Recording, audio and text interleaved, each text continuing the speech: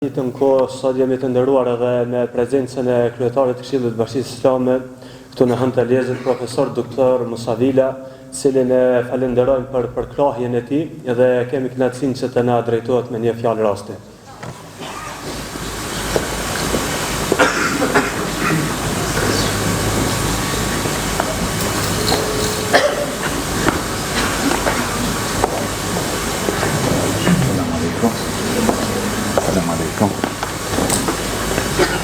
Bismillahirrahmanirrahim. Alhamdulillah wassalatu wassalamu ala ashrafil anbiya'i wal mursalin Muhammedin wa ala alihi wa ashabihi ajma'in. Amma ba'd. Pas falënderimit ndaj Allahut fuqiplot, salavatën ndaj pejgamberit alayhis salam. Vëllezër besimtar, jo nëna të nderuar, po ashtu shfrytëzoj rastin të ja bëj për hajër natën e madhe të Lejletul Qadrit, e cila natë ne mendojmë edhe supozojmë se është pikërisht në këtë natën e sontit, dashur Allahu xhaleshanu të jetë një natë e faljes, e mëshirës, e mirësisë dhe begative në familjet tona, në shpirtat tona. Amin.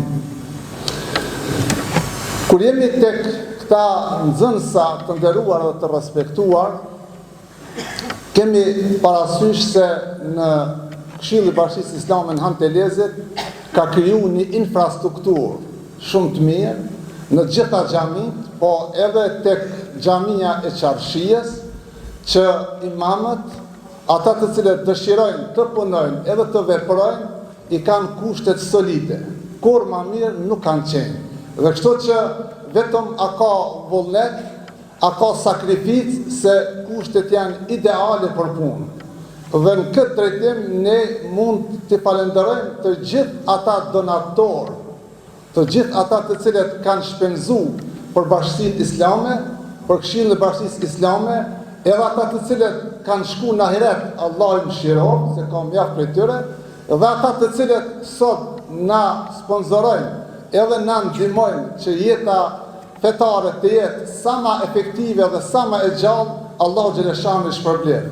E në veçanti në këtë muaj të bekuar të Ramazanit, shfrytëzoj rastin, përshëndes gjithë ata të cilët i japin sadakatul fitrin, zeqatin dhe shumë dimesa tjera për medreset, për fakultetin e studimeve islame, për talebet, për ata të cilët i bëjnë sejdë dhe lutën Allahu xhaleshanu natë ditë. Allahu i shpërblet për ndimesat që bani.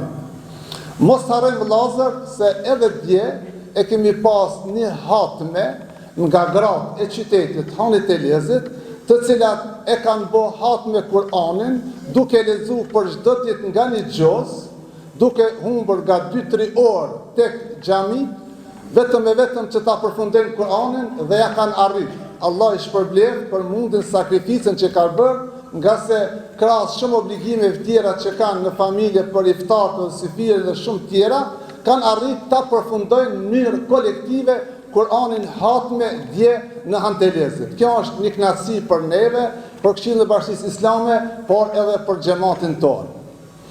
Vëllezër, sa i përket kësaj fotografie kështu madhështore, shpesh thuhet se një fotografi flet sa 1000 fjalë. Sa du të i përshkruaj këta për punën e angazhimit që kanë bërë edhe imamin e nderume, janë të pak. Por unë kisha me cek 2 hadithet pejgamberit alayhis salam edhe me përmbyll. Tregohet se një sahabi i pejgamberit alayhis salam ishte thot në shkretir.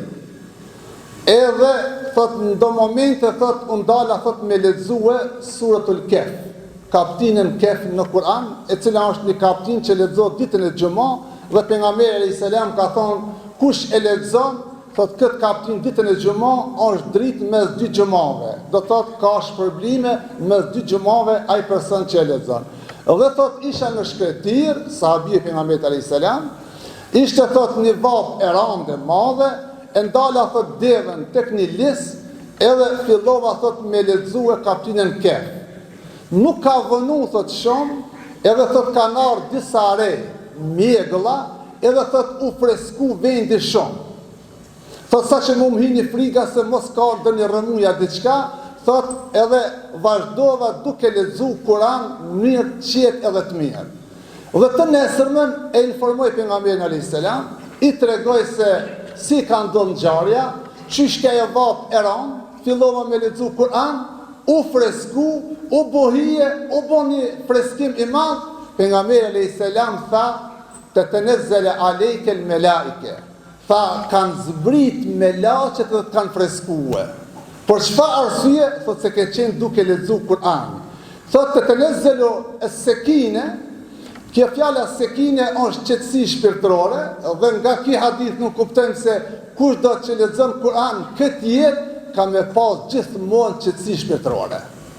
Gjithmonë ka më konë larg depresionit, ka më konë larg të thot supozimeve, paragjikimeve, gjëra të cilat e dëmtojnë shpirtin edhe nefsin e njerit. Pra, leximi i Kur'anit është freski për juve. Sa më shumë të kemi kështu, atë shoqërinë kemi edhe më të shëndosh edhe më të mirë. Fjala tjetër e pejgamberit alayhis salam që na jep inkurajim shumë të madh këtë drejtim është për ahiret vëllazër. Ki Kur'an, atë sa ka dobi në këtë dunja, atë ka dobi edhe në ahiret. Andaj ne gjatë muajit Ramazan lexojmë Kur'an shumë edhe për të vdekurit tanë, edhe për shpirtat e baballarëve, nënave tona, motrave tona, vëllezërve tonë që kanë shku në ahiret, ne lexojmë Kur'an se Kur'ani është dhuratë e fuqishme që ja ban dritë edhe vorrin edhe ahiretin. Dhe pejgamberi selam tha njerëzit kur do të futen në xhenet, tha ata të cilët lexojnë Kur'an i thuhet Iqra wartaqi, thot lexo, thot Kur'an, vazhdo duke lexu Kur'an, irtaqi, edhe ngrit thot larg, edhe vazhdo, fa inna manzilataka fi akhirati al-aya allati taqra'uha. Pozita jote e fundit në xhenet, edhe thellësia jote në xhenet është atë sa do të lexosh ti Kur'an. Do thot sa më shumë të lexosh Kur'an, ti e ke pozitën më të lartë, edhe pozitën më komode në xhenet. Edhe këta vëllezër që kanë humbur kohë edhe kanë mësu Kur'an, këta do të kenë edhe në dunja freski në shpirt edhe në trup, po do të kenë edhe në ahiret një shpërblim të madh që xhenetet më të larta tek Allahu fuqiplot. Allah ju shpërbleft për sabrin e durimin, i dëshiroj suksesën punë efendi Ensar Krasniqi. Selam aleikum wa rahmatullahi wa barakatuh.